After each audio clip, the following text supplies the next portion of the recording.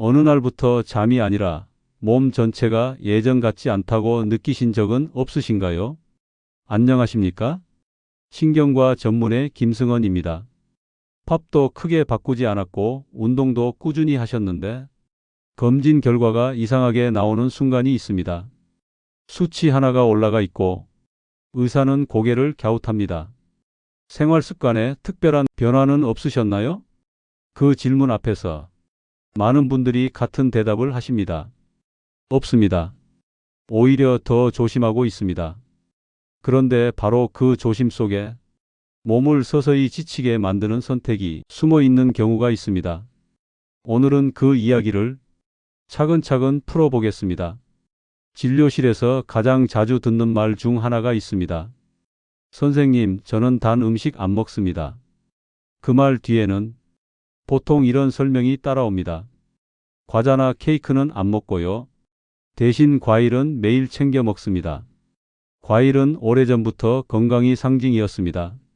자연에서 왔고, 인공적인 가공이 적고, 비타민도 많고, 몸에 좋다고 배워왔습니다.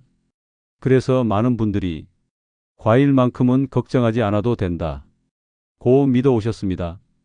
그런데 여기서 한 가지를 분명히 말씀드려야 합니다.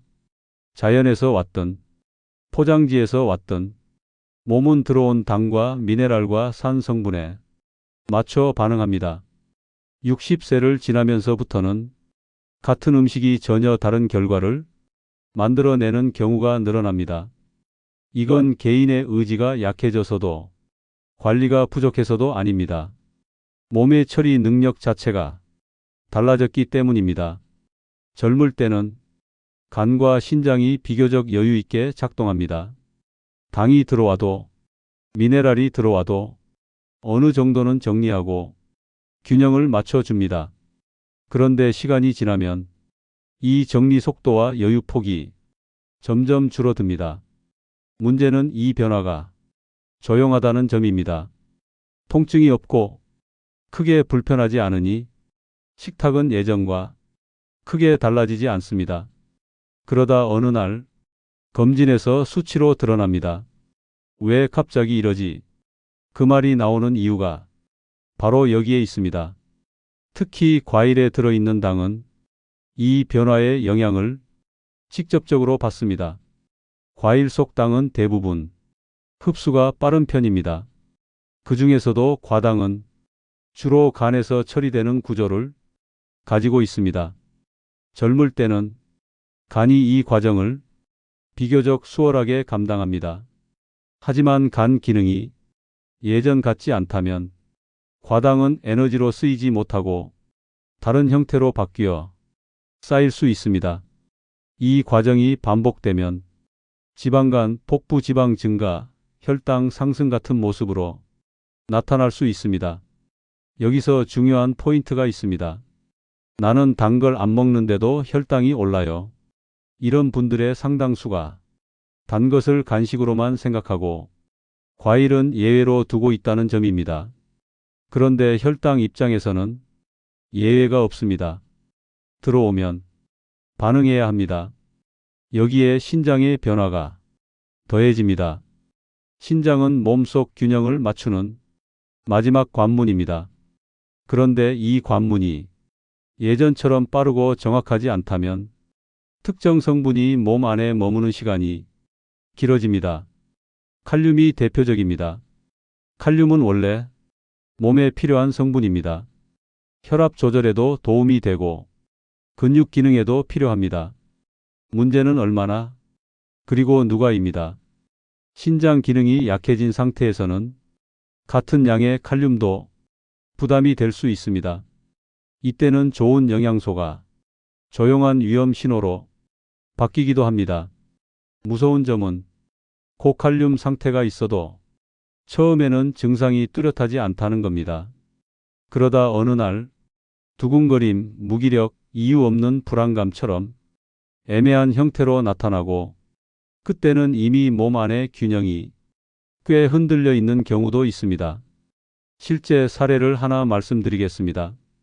은퇴 후에도 규칙적인 생활을 이어가시던 분이 계셨습니다. 식사는 늘 비슷했고 단 음식을 멀리 하셨습니다. 아침마다 간단히 드시는 과일 하나가 그분의 건강 습관이었습니다. 그런데 정기 검진에서 혈당 수치가 예상보다 높게 나왔습니다. 본인은 이해할 수 없다는 표정이셨습니다.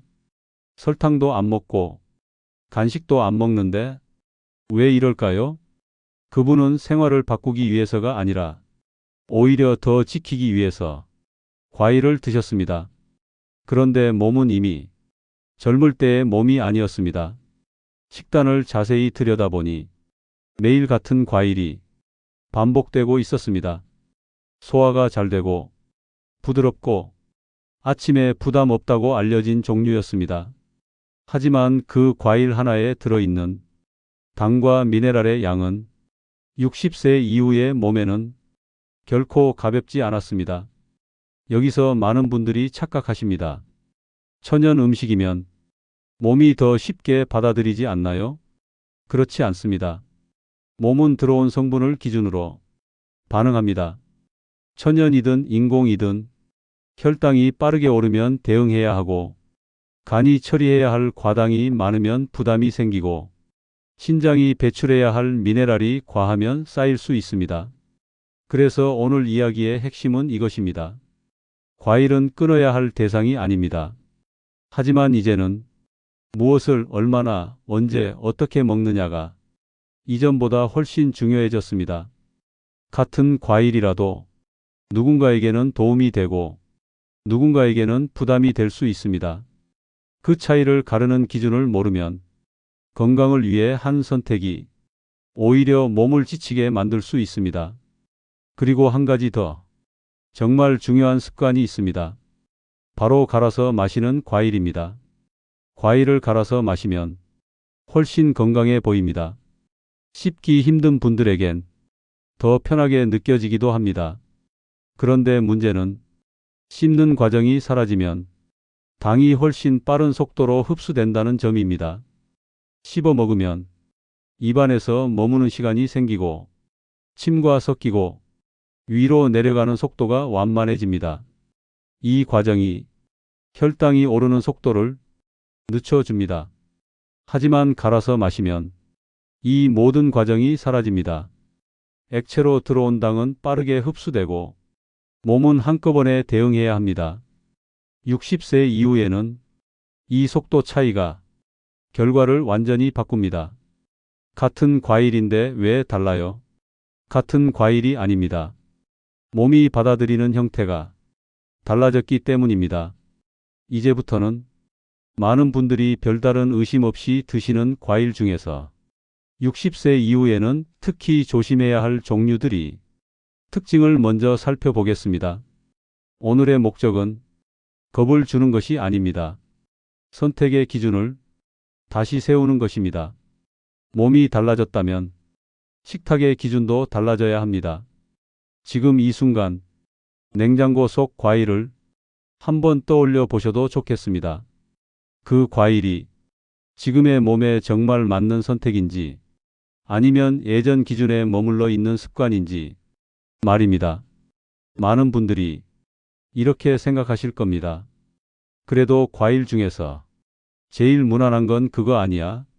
아침에 먹어도 부담 없고 속도 편하고 배도 든든해지는 과일.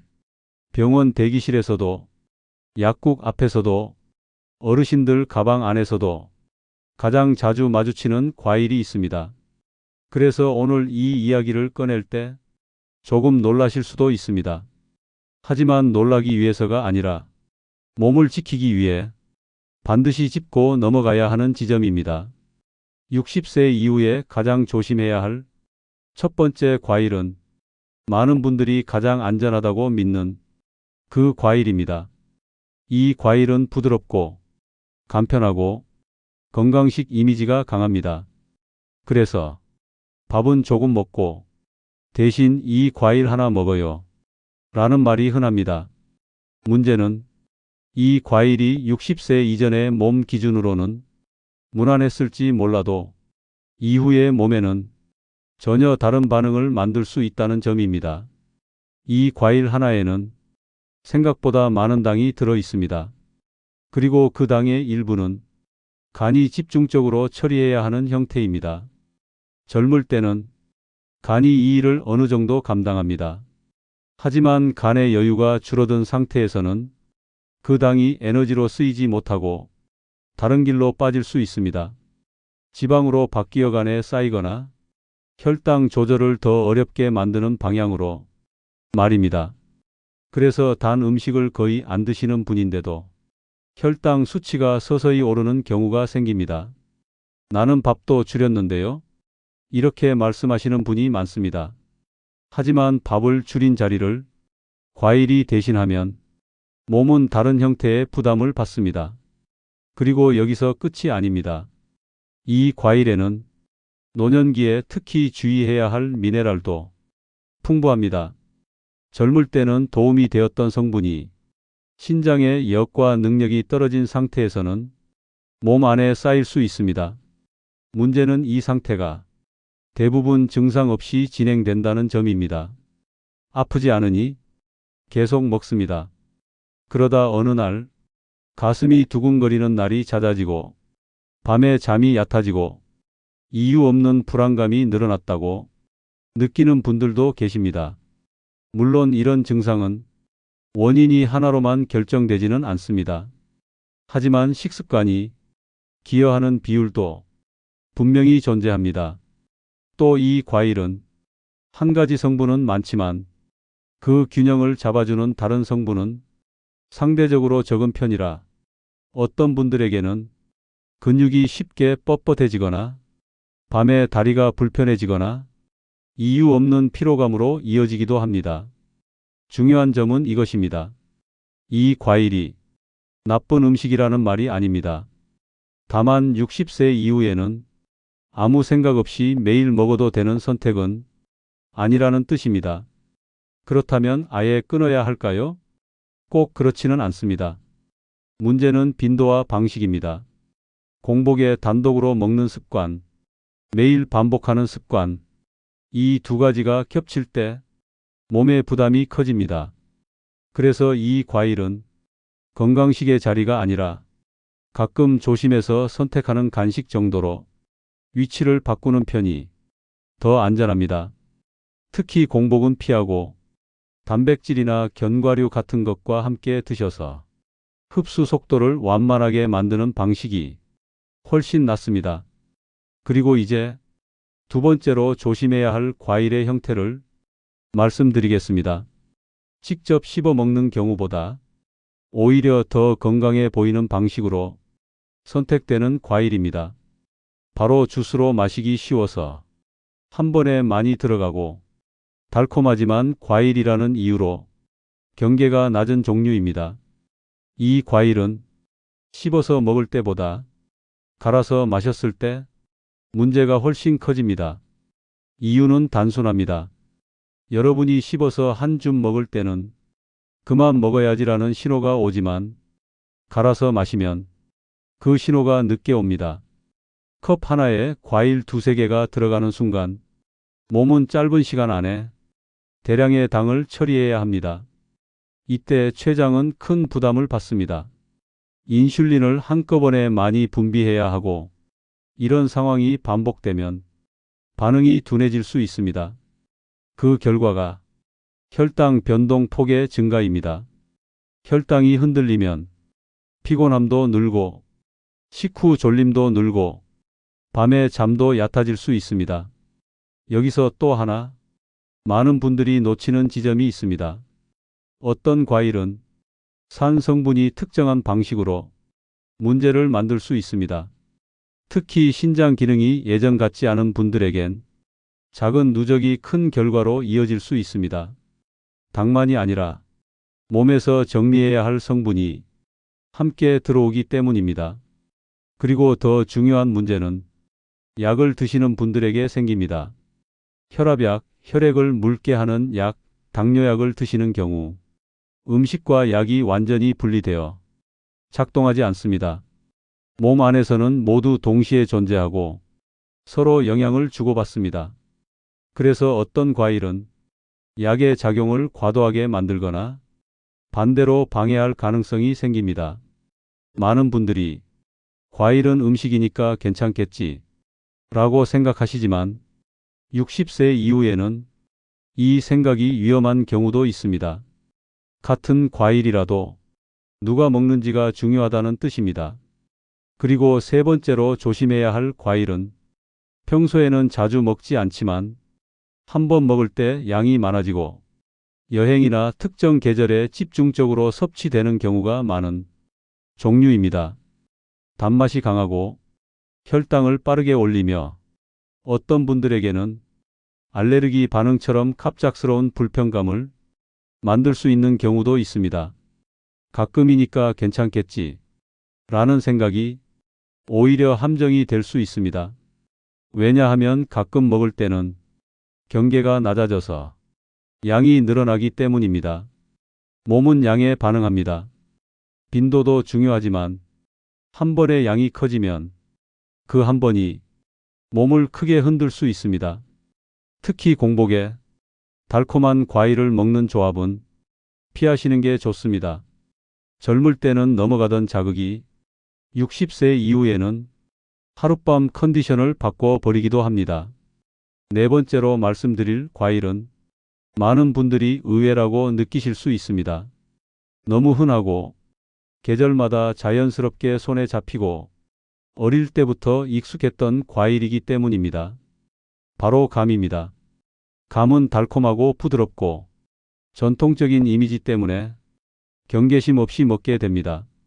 하지만 60세 이후에 몸에서는 이 과일이 전혀 다른 방식으로 작동할 수 있습니다. 사례를 하나 말씀드리겠습니다. 평생 농사를 지으며 자연식으로 살아오신 분이 계셨습니다. 가을이 되면 집 마당의 감나무에서 딴 감을 매일 드셨습니다. 건강에 해롭다고는 한 번도 생각해 보신 적이 없었습니다.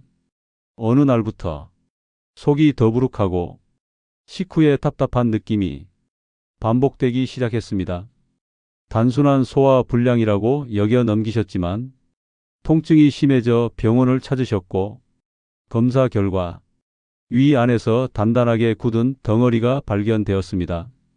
음식물이 위 안에서 굳어 돌처럼 변한 상태, 이른바 위석입니다. 감에는 탄닌이라는 성분이 들어 있습니다. 이 성분은 위산과 만나면 단백질과 결합해 굳어지기 쉬운 특성이 있습니다. 젊을 때는 위산 분비가 충분해 음식물이 빨리 소화되고 내려가지만 60세 이후에는 위산 분비가 줄어들면서 감이 위에 머무는 시간이 길어질 수 있습니다. 그 시간이 길어지면 굳어질 가능성도 커집니다. 문제는 이 과정이 조용하게 진행된다는 점입니다. 특별한 증상이 없다가 어느 날 갑자기 극심한 통증이나 출혈, 심한 경우 장 폐색처럼 큰 문제로 이어질 수 있습니다. 특히 공복에 감을 먹거나 단백질 음식과 함께 먹는 경우에는 위험이 더 커질 수 있습니다. 또 하나 중요한 점은 당분입니다. 감은 달지 않게 느껴질 때가 있지만 실제로는 당 함량이 높은 편입니다. 그리고 곶감처럼 수분이 빠진 형태에서는 당이 농축되어 소량으로도 혈당을 크게 올릴 수 있습니다. 60세 이후에는 혈당을 조절하는 능력이 예전 같지 않기 때문에 이런 급격한 상승이 반복되면 인슐린 기능에 부담이 됩니다. 여기에 장 기능 문제도 함께 작용합니다. 감의 탄닌 성분은 장 운동을 둔하게 만들 수 있어 변비가 잦은 분들에게는 불편을 더 키울 수 있습니다. 이미 장 기능이 느려진 상태에서 이런 성분이 반복되면 복부 팽만감과 불편함이 일상처럼 이어질 수 있습니다. 여기까지를 정리하면 조심해야 할 과일들의 공통점이 보입니다. 첫째, 당이 빠르게 흡수되거나 양이 쉽게 늘어난다. 둘째, 특정 성분이 나이든 몸의 대사 구조와 맞지 않을 수 있다. 셋째, 약을 드시는 분들에게는 상호작용 가능성이 생길 수 있다. 넷째, 이미지가 안전해서 경계심이 낮아진다. 바로 그 경계가 낮아진 지점에서 습관이 굳고 습관이 굳는 순간 수치가 따라옵니다. 그렇다면 여기서 자연스럽게 다음 질문이 나옵니다. 그럼 뭘 먹어야 합니까? 과일을 아예 끊어야 합니까? 분명히 말씀드리겠습니다. 과일을 완전히 끊을 필요는 없습니다. 다만 지금의 몸에 맞는 기준으로 다시 고르는 것이 필요합니다. 60세 이후의 과일 선택 기준은 하나입니다. 달콤함이 아니라 안정감입니다. 혈당을 흔들지 않고 위와 장에 부담을 주지 않으며 혈관과 뇌를 조용히 보호해주는 과일이 진짜 도움이 됩니다. 이 기준에 가장 잘 맞는 첫 번째 과일은 블루베리입니다. 블루베리는 크기는 작지만 노년기 몸에 필요한 요소를 고르게 갖춘 과일입니다. 단맛이 강하지 않고 항산화 성분이 풍부해 뇌세포와 혈관을 보호하는데 도움을 줄 수 있습니다. 기억력이 예전 같지 않다고 느끼는 분들이 많은데 뇌는 산화 스트레스에 반복적으로 노출되면서 기능이 흔들릴 수 있습니다. 블루베리는 이런 부담을 줄이는 방향으로 도움을 줄 수 있습니다. 중요한 점은 양입니다. 많이 먹을 필요가 없습니다. 하루 한 줌이면 충분합니다. 생과일이든 냉동이든 꾸준히 먹기 쉬운 형태로 선택하시면 됩니다. 두 번째로 추천드릴 과일은 사과입니다. 사과는 너무 흔해서 오히려 평가절하되지만 60세 이후에는 매우 균형 잡힌 선택이 될 수 있습니다. 사과의 핵심은 당분이 아니라 식이섬유입니다. 특히 펙틴이라는 수용성 섬유는 당 흡수 속도를 늦추고 장내 환경을 안정시키는데 도움을 줄 수 있습니다. 그래서 사과는 먹었을 때 포만감은 있지만 혈당이 급격히 오르지 않도록 돕는 방향으로 작용할 수 있습니다. 변비가 잦은 분들에게도 도움이 될 수 있습니다. 다만 중요한 조건이 있습니다. 가능하면 껍질째 드시는 편이 좋습니다. 껍질에 섬유와 항산화 성분이 집중되어 있기 때문입니다. 깨끗이 씻은 뒤 공복이 아니라 식사 후 어느 정도 시간이 지난 시점에 한 개 정도가 적당합니다. 세 번째는 아보카도입니다. 많은 분들이 과일로 인식하지 않지만 아보카도는 과일이며 노년기에는 유용한 특성을 가지고 있습니다. 당이 거의 없고 대신 좋은 지방이 풍부합니다.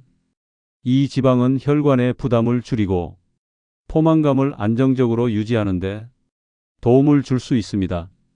그리고 무엇보다 단맛으로 인한 유혹이 적기 때문에 먹다 보니 양이 늘어났다는 실수가 상대적으로 줄어듭니다.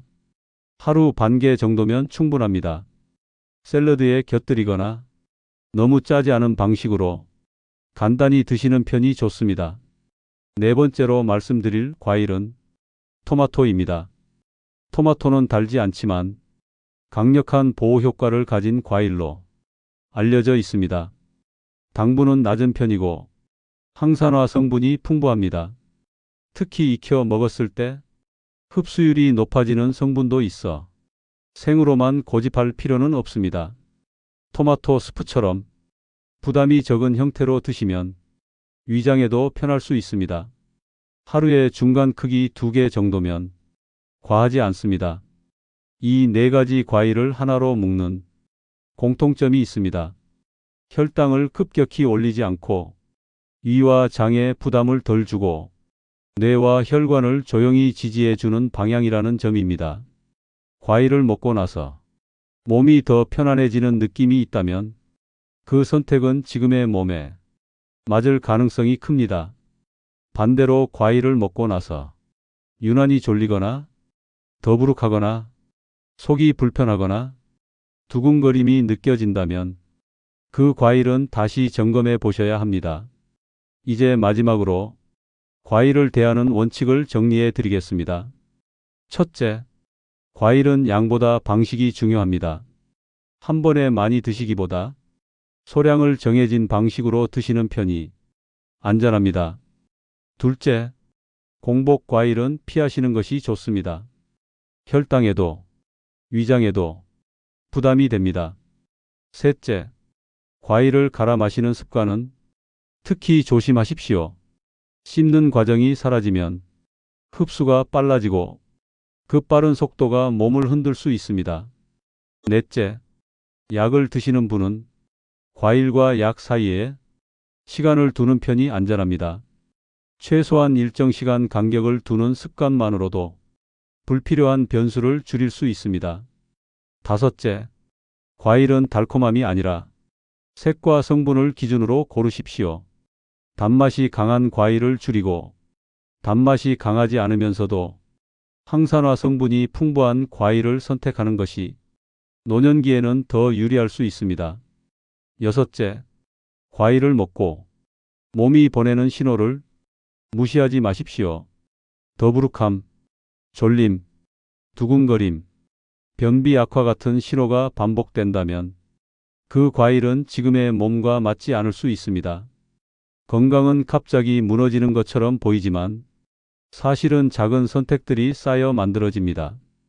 매일 아침 아무 생각 없이 집어들던 과일 하나가 10년 뒤에 혈관과 뇌를 결정할 수도 있습니다. 반대로 오늘부터의 작은 조정이 앞으로의 시간을 훨씬 편안하게 만들어 줄 수도 있습니다. 중요한 것은 나이가 아닙니다. 지금의 몸을 이해하고 그에 맞게 선택하느냐의 문제입니다. 오늘 이후로 냉장고를 열었을 때 단순히 익숙한 과일이 아니라 몸을 지켜줄 수 있는 과일을 떠올리실 수 있다면 이 시간은 충분히 의미가 있었을 것입니다. 이 이야기가 과일을 두려워하게 만들기보다는 다시 선택할 수 있다는 안도감으로 남았으면 좋겠습니다. 무엇을 피해야 하는지 아는 것도 중요하지만 무엇을 선택할 수 있는지를 아는 것이 더 큰 힘이 됩니다. 오늘의 내용이 앞으로의 식탁과 밤, 그리고 하루의 컨디션을 조금이라도 편안하게 만드는데 도움이 되었기를 바랍니다. 혹시 더 궁금한 점이 있거나 실제로 겪고 계신 변화가 있다면 댓글로 남겨주셔도 좋겠습니다. 함께 천천히 정리해 나가겠습니다. 이 채널에서 전하는 이야기들이 도움이 되었다고 느끼셨다면 구독과 좋아요로 함께 해주시면 감사하겠습니다. 다음 영상에서도 지금의 몸을 지키는 선택에 대해 계속 이야기 나누겠습니다.